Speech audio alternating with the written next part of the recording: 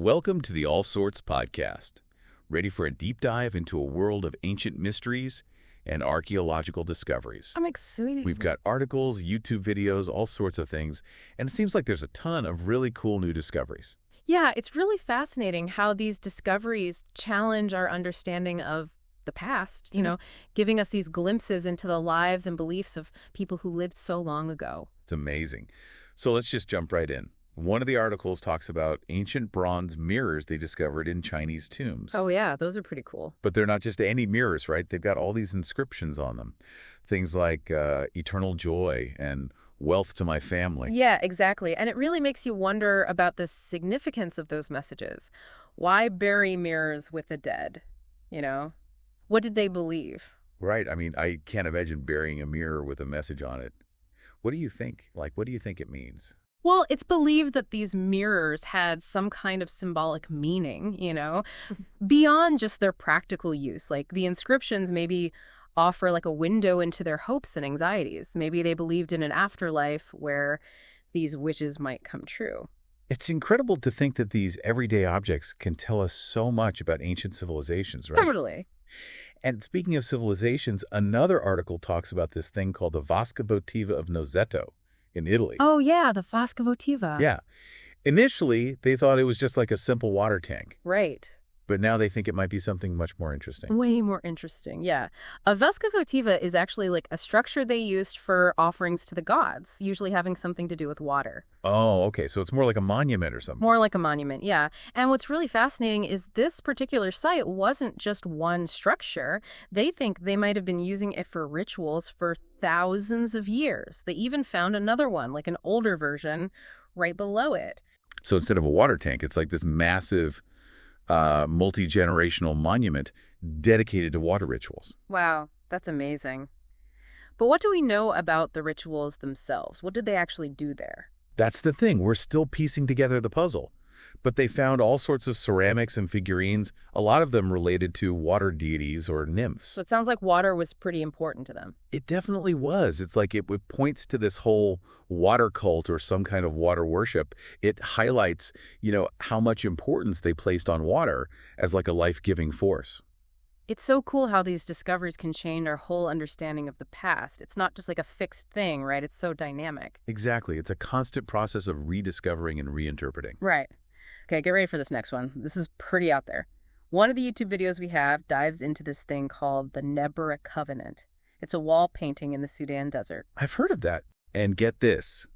It depicts extraterrestrial beings, like aliens, interacting with a human woman.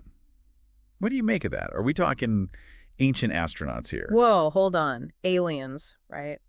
I mean, while we can't jump to conclusions about aliens and all that, the imagery is definitely really provocative. It makes you wonder, It makes you wonder. It makes you wonder about how ancient cultures interpreted things they didn't understand. Like, what if they actually saw something extraordinary, something they couldn't explain with their knowledge at the time? It's a really cool thought.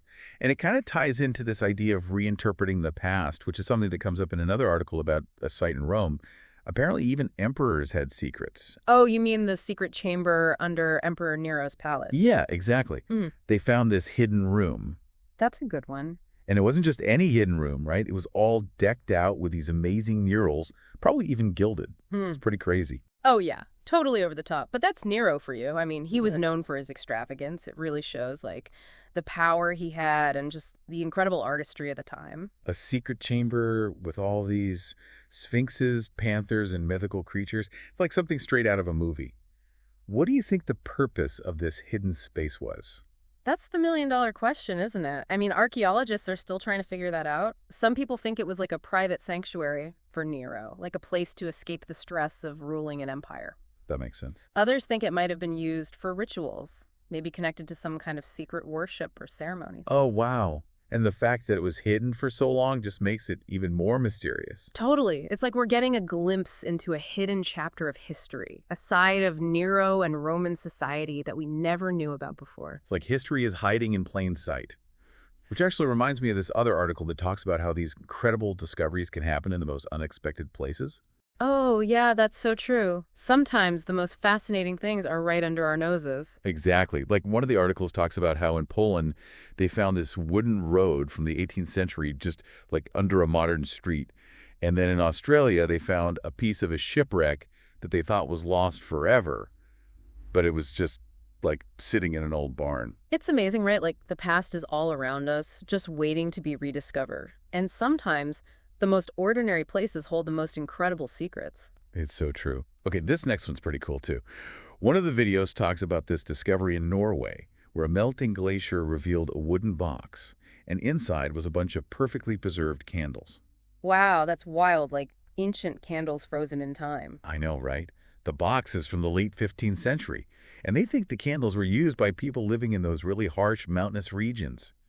Imagine those little candles were their only source of light and warmth during those long winter nights. It's a powerful image, isn't it? It really connects us to the people who came before us, their struggles, and how they lived their lives.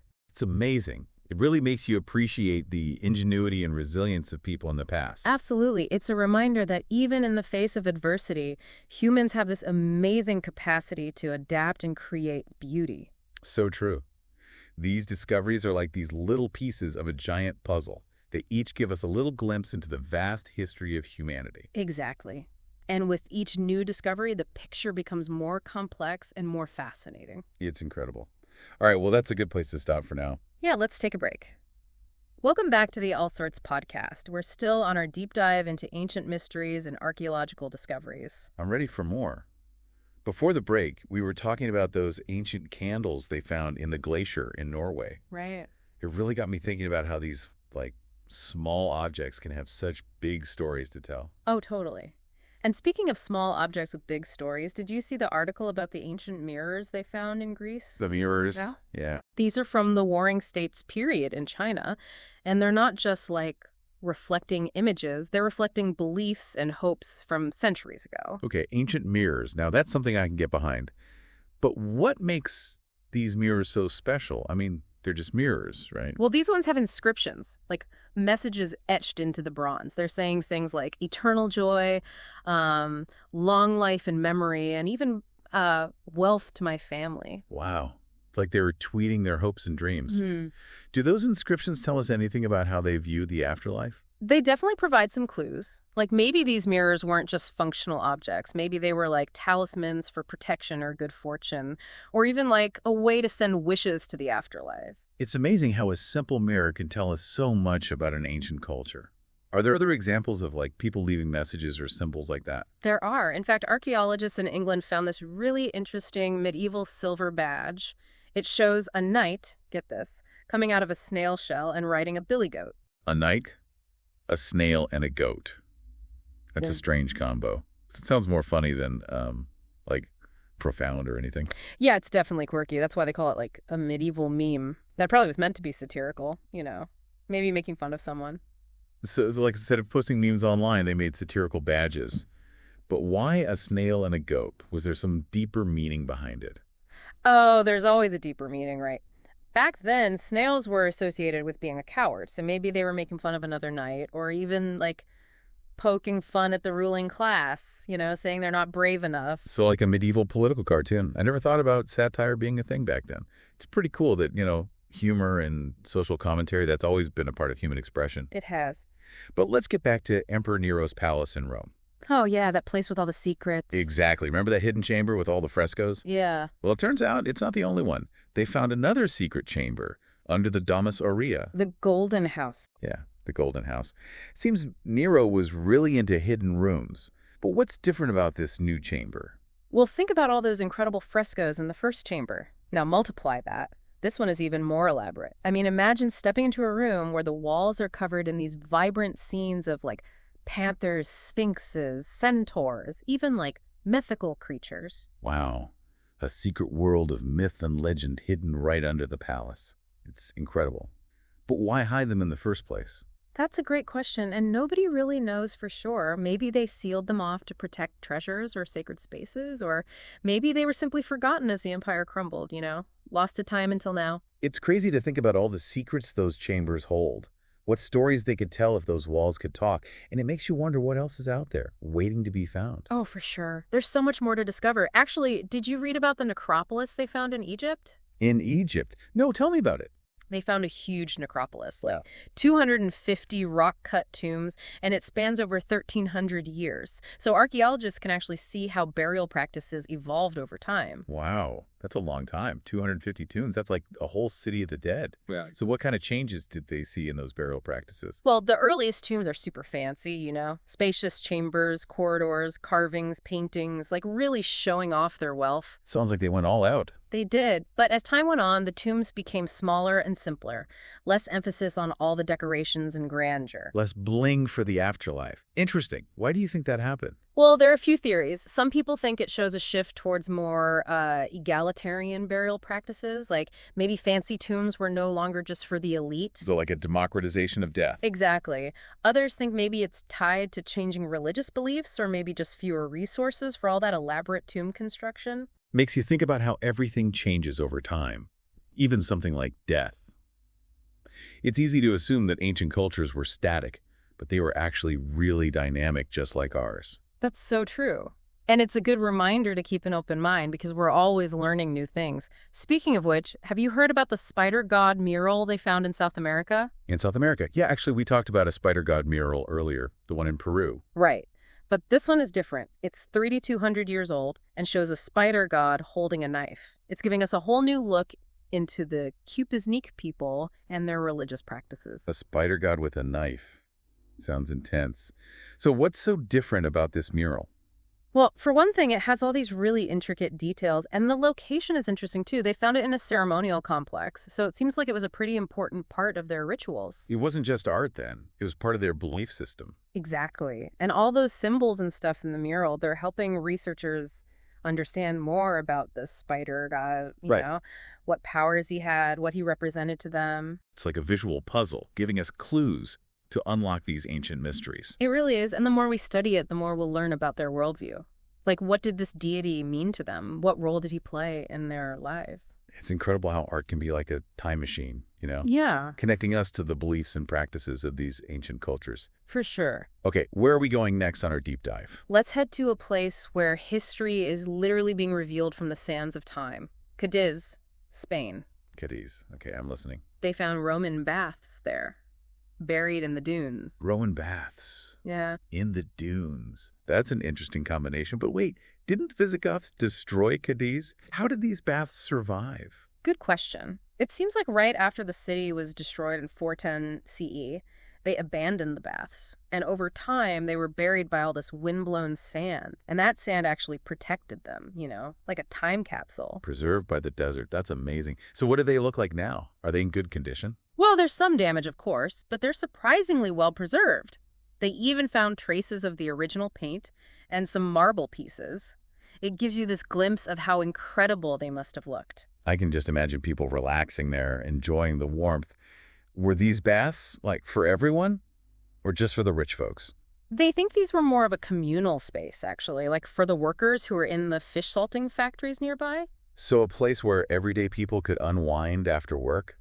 That's cool. It makes you think about all the conversations and the sense of community that must have happened there. Right. It reminds us that history isn't just about emperors and battles. It's about the regular people, their lives, their stories. It's so true. Speaking of everyday stories, did you see the article about the Roman strongbox they found? The Archaeological. Oh, yeah, that one's really cool. It's one of only 4 that we know about. They found it in the ruins of a villa that burned down over 1,600 years ago. An ancient safe. That's wild. What makes this one so special? Well, this wasn't your average safe. This one was booby-trapped. Like, if you opened it the wrong way, you'd get impaled by these big steel spikes. Whoa, that's intense. What do you think they were protecting in there? Right. That's what everyone wants to know. They've managed to get the safe out of the villa, but they're being really careful about opening it. You know, those traps are still dangerous. So they have this ancient booby-trapped safe sitting in a lab somewhere, and they still haven't opened it. Not yet. It's like this big mystery waiting to be solved. It's a little frustrating, but also super exciting. Maybe one day we'll know what's inside. We'll have to wait and see. But it's a good reminder that we're always uncovering new things about the past, and there are still so many mysteries out there. It's true. And sometimes those discoveries lead us to Completely reevaluate what we thought we knew. Exactly. It's a constant process of learning and reevaluating. All right, where to next? Let's head back to Roman Britain. Sounds good. What caught your eye there? Well, they found these skeletal remains, and there's something really interesting about them. Oh, you mean the man they found with the shackles? Yeah, it's from the 3rd or 4th century. They found him during some construction work in England, and he was buried with iron shackles around his ankles. It's pretty striking. It is. It makes you think, was he a prisoner? Why was he buried like that? I know, right? Why bury someone with their shackles still on? Well, usually they would take shackles off slaves after they died so they could reuse them. That makes sense. So the fact that he was buried with them, it suggests something unusual was going on. Maybe he was a slave who did something really bad. Or maybe there was a superstition about, like, keeping the dead restrained so they wouldn't rise again. That's a little creepy, but also really interesting. It's a stark reminder of how tough life could be back then, even for those on the margins of society. It really highlights that history isn't always pretty. We tend to romanticize the past, but there was a lot of hardship and brutality. It's important to remember that for sure. Okay.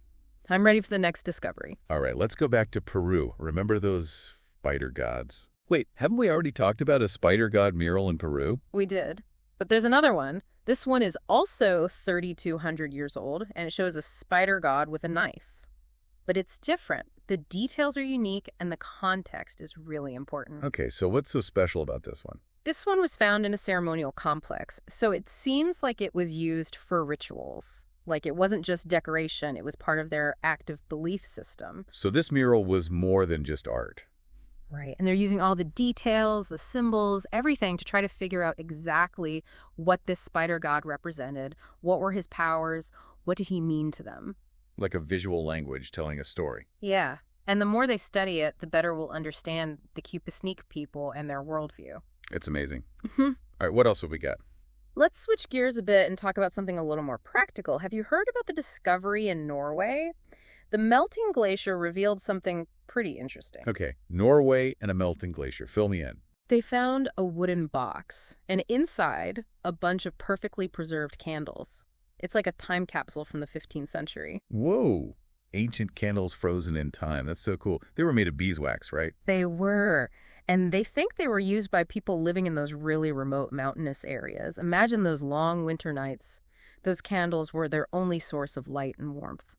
It's kind of a poetic image, isn't it? Those flickering flames holding back the darkness. It makes you appreciate their resilience, Yeah. and their ingenuity. Absolutely. It's a powerful reminder of our connection to the past.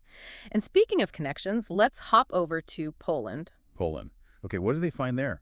They found a wooden road from the 18th century, buried under a modern street. Wow, a hidden road. That's incredible. It's like a ghost from the past. Imagine all the people who traveled on that road, the horses and carriages. Right. It's a reminder that history is all around us, even hidden beneath our feet. And it shows us how much things have changed, how we've built on top of the past. It's like what we were talking about earlier with the Vascovativa of Nozeto. Exactly. What we thought was a simple water tank turned out to be a place for ancient rituals. It's amazing how new evidence can completely change our understanding of the past. It's true. Okay, I'm ready for another adventure. All right, let's journey to the Sudan Desert, a place of mystery and ancient wonders. The Sudan Desert. Okay, I'm intrigued. What's there? They found this 4,000-year-old wall painting there. It's called the Nubra Covenant. The Nebra Covenant. Yeah, and it shows these two beings. They look kind of extraterrestrial, reaching out to a human woman. It's surrounded by these inscriptions and pigments that nobody's been able to identify. Extraterrestrial. Are we talking ancient aliens here? It's definitely a possibility, but it's important to be careful and not jump to conclusions. What's really fascinating is that the painting connects with local legends about these visitors from Nebu, and they supposedly brought knowledge during a time of drought. Wow. So this painting could be depicting something real that they experienced, something they couldn't explain at the time. It's possible. It really makes you think about how ancient people saw the world, right? What they believed and what they might have witnessed. It's a good reminder that what we think of as impossible might have been perfectly normal for them. Exactly. And that's what makes studying the past so fascinating. There's always something new to learn, something that challenges our understanding. It's humbling, realizing how much we still don't know about the past and how much more there is to discover. It's an ongoing journey. And it's not just about finding the answers. It's about asking the right questions. I like that. So what else we got? I'm ready for more. Welcome back to the All Sorts podcast. We're wrapping up our deep dive into ancient mysteries and archaeological discoveries. Before the break, we were in the Sudan desert talking about that incredible Nibiru Covenant wall painting with the possible extraterrestrials. Yeah, it's amazing what ancient cultures left behind, isn't it? And speaking of amazing, have you heard about the candles they found in Norway? The candles. Oh yeah, the ones from that melting glacier. Exactly. It's like a little time capsule from the 15th century, just like emerged from the ice. I know. It's crazy to think those candles survived all that time. And they were made of beeswax, right? Pretty fancy for back then. They were. And get this, they think those candles were used by people who lived way up in the mountains on those seasonal farms. Wow. So they were using those candles to, like, light up those long winter nights up there. Exactly. It must have been pretty incredible. It really puts things into perspective, doesn't it? Like, their lives were so different from ours, but in some ways, they were dealing with the same basic human needs. Light, warmth, connection. It's true. And it shows how resourceful they were, you know. They Oh, had to yeah. be to survive in those harsh conditions. Okay, what other discoveries have we got? Well, this one might seem a little more down to earth, but it's still pretty fascinating. In Poland, they found a road. A road. Yeah, but not just any road. This one's made entirely of wood, and it dates back to the 18th century. They found it buried under a modern street. No way. A hidden wooden road. That's incredible. It's like a piece of the past just, like, waiting to be rediscovered. It is, and it reminds us that history is all around us. Sometimes we're just walking right over it. It's like what we were saying earlier about the Vescovativa of Nozeto. Exactly. We often make assumptions about the past, but then new discoveries come along and challenge everything we thought we knew. Okay, I think I'm ready for one last adventure before we wrap things up. All right. Let's journey to the Sudan desert one more time. Back to the desert. Okay, I'm game. This time we're looking at a 4,000-year-old wall painting. It's called the Nibiru Covenant. I've heard of this one. It's the one with the strange beings, right? You got it. They seem to be interacting with a human woman, and there are all these mysterious inscriptions and pigments around them. I remember there was some debate about whether those beings could be extraterrestrials. Yeah, it's definitely a possibility. I mean, we can't rule anything out. But it's important to remember that ancient cultures had different ways of understanding the world. What might seem extraordinary to us could have been perfectly normal to them. That's a good point. So maybe they weren't seeing aliens, but something else entirely, something we might not even be able to comprehend. Exactly. And that's what makes studying ancient mysteries so fascinating. There's always that element of the unknown, that possibility that we're just scratching the surface of something much bigger. It's exciting and a little bit humbling all at the same time. Like, Yeah. it makes you realize how much we still have to learn about our own history. I agree. And I think that's a good note to end on. The past is full of mysteries and wonders, and there's always something new to discover. It's true. Well, that's all the time we have for today's deep dive. But before we go, we want to remind everyone to like, share, and subscribe to the All Sorts podcast on YouTube. And follow us on X, Instagram, and Threads. We're at All Sorts Podcast everywhere. We love sharing these incredible stories with you, and your support helps us keep the exploration going. Remember, history isn't just a bunch of dates and names in a textbook. It's a story. And it's a story that's still being written. So keep exploring, keep asking questions, and keep discovering. Until next time.